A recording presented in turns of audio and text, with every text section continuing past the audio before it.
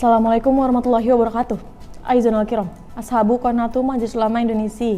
Sanuqdim lakum nashra al-khabarul waqi bima notifikasi halian.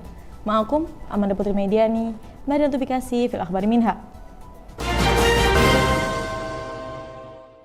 Mengawali berita hari ini, Majelis Ulama Indonesia MUI Pusat bersama MUI Kota Bekasi menggelar silaturahmi dan halaqah dakwah dengan tema urgensi peran dai dan Dewan Kemakmuran Masjid dalam menjaga ukhuwah di tahun politik pada Rabu 11 Oktober 2023. Acara ini digelar di Gedung Serbaguna Istanaku, Rawalumbu, Kota Bekasi. Kegiatan ini diselenggarakan Komisi Dakwah Pengembangan Masyarakat dan Komisi Ukhuwah Islamiyah MUI Kota Bekasi. Acara ini dimulai sedikit terlambat dan mulai pada pukul 13.20 menit.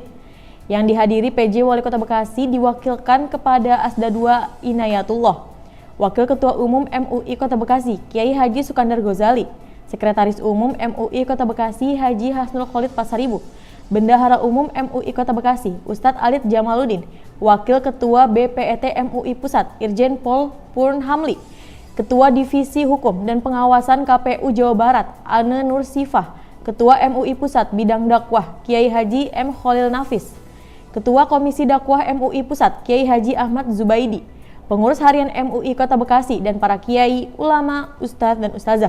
Acara ini dimulai dengan pembukaan dan pembacaan ayat suci Al-Quran oleh Al-Ustadz Haji Nur Hakim. Acara kedua yaitu menyanyikan lagu Indonesia Raya yang dipimpin oleh Tiffany Hedi Ramawati. Kemudian sambutan pertama, Wakil Ketua Umum MUI Kota Bekasi, Kiai Haji Sukandar Ghazali. Sambutan kedua oleh Kiai Haji Khalil Nafis. Kemudian sambutan terakhir yaitu dari Inayatullah. Selanjutnya dimulai pemaparan materi oleh Kiai Haji Ahmad Zubaidi yang membahas tentang dakwah wasatiyah untuk menjalin ukhuwah. Kemudian pemaparan materi kedua oleh Ketua KPU Kota Bekasi, Ane Nur Sifah, yang membahas tentang peraturan KPU untuk pemilu damai. Dan materi ketiga yang dibawakan oleh Irjen Pol Purnhamli yang membahas tentang mengenali gerakan yang berpotensi merusak ukhuwah. Kemudian diakhiri dengan rencana kerja tindak lanjut MUI Kota Bekasi oleh Ustadz Haji Hasnul Khalid Pasaribu.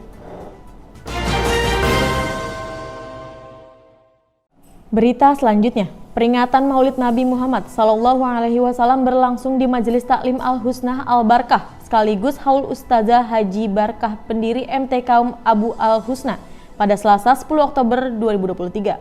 Acara dimulai pukul 7.00 waktu Indonesia Barat di Komplek Antalup 1 Jati Bening 1 Jalan Pangarongo 1 nomor 1 yang tergabung di dalam 31 persatuan Majelis Taklim sekota Bekasi dan Jakarta. Pimpinan Majelis Taklim Ustazah Haji Tuti Nur Ainiyah mengatakan bahwa MT Al-Husnah Al-Barkah dikenal masyarakat sebagai tempat pengajian pertama di Kota Bekasi. Kini sudah berjalan puluhan tahun jamaah yang hadir dari Bekasi dan Jakarta. Acara ini diawali dengan pembacaan Al-Fatihah, Tawasul, Yasin, Khotmil Quran, Zikir Tahlil, kemudian dilanjut doa arwah dan doa birrul walidain. Dipimpin para ustazah dari Persatuan Majelis Taklim Al-Husnah Al-Barkah diiringi Hadroh Al-Husnah Al-Barkah. Lalu pembacaan ayat-ayat suci Al-Quran oleh Qori'ah Internasional, Ustazah Nurasiah Amin.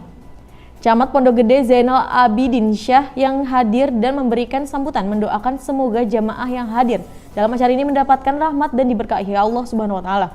Ada 6 penceramah yang hadir dalam acara Maulid ini.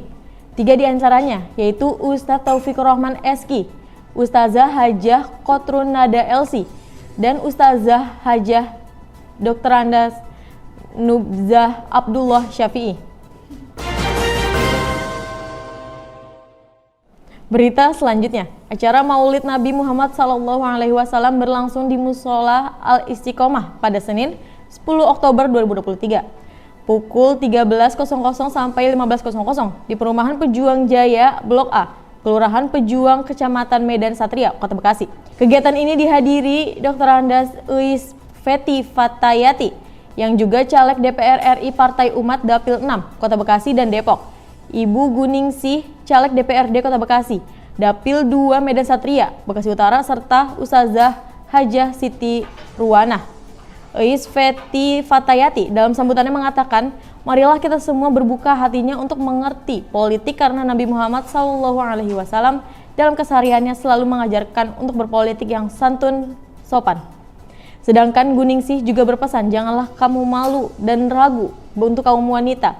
Kalau kamu terjun ke politik, insya Allah suami mengizinkan. Sementara Ustazah Hajah Siti Rowanah sebagai pembicara utama atau penceramah dari acara Maulid Nabi Muhammad SAW juga berpesan agar kaum wanita jangan sampai kalah dengan kaum laki. Berita selanjutnya, beberapa waktu lalu masyarakat Indonesia dibuat geger oleh kasus bocah di Bekasi yang meninggal mati batang otak. Bocah yang diketahui berinisial BA itu mengalami mati batang otak pasca menjalani operasi amandel. Tetap bersama kami karena berita selanjutnya sesaat lagi.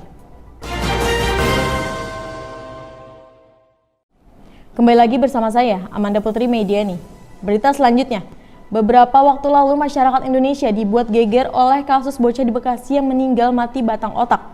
Bocah yang diketahui berinisial BA itu mengalami mati batang otak pasca menjalani operasi amandel. Sayangnya pihak Rumah Sakit Kartika Husada yang menangani BA belum bisa memastikan penyebab mati batang otak yang dialami pasien. Salah satu alasannya adalah keterbatasan alat kesehatan untuk melakukan pemeriksaan terhadap pasien BA. Terlepas dari kasus tersebut, spesialis saraf sekaligus Direktur Utama Rumah Sakit Pusat Otak Nasional atau RSPON, Dr. Adi Nul Khosanah SPS Mars, menjelaskan mati batang otak terjadi ketika medula oblongata, salah satu bagian pada batang otak, mengalami kerusakan. Jika medula oblongata mengalami kerusakan, maka otak tidak lagi bisa memberikan instruksi kepada organ-organ untuk menjalankan fungsi tadi. Kondisi inilah yang disebut dengan mati batang otak. Mengakhiri berita hari ini, dilansir oleh Detik Travel, Pasar Senggol Bekasi hadir lagi di tahun ini. Kali ini konsepnya lebih meriah, menyuguhkan pengalaman wisata ke 9 negara. Wisata ke 9 negara tersebut dapat traveler rasakan dengan menikmati sajian makanan yang tersedia. Olahan sajian dari Jepang, Korea, Malaysia, Singapura, Thailand, Vietnam, Cina, India, Indonesia disuguhkan di Bekasi. Bahkan tak tanggung-tanggung, tak hanya sajian makanan yang menunjukkan cita rasa berbagai negara, tata rupa tempat pun dibuat sedemikian. Terlihat beberapa dibuat bertemakan berbagai negara. Misalnya ada gerbang torii yang dari Jepang, beserta lampion dan replika pohon sakura. Ataupun ada juga tempat bertema Thailand yang di dalamnya ada ornamen floating market yang merupakan khas dari negara Gajah Putih.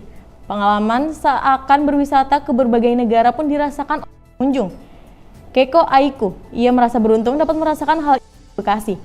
Dia menyebut selain kulinernya, suasana sekitar pun ia anggap dibuat niat dan menyerupai negara-negara tetangga. Keiko menyebut ada pasar Senggol membuat warga Bekasi memiliki pilihan menghabiskan akhir pekan dan liburan di dalam kota.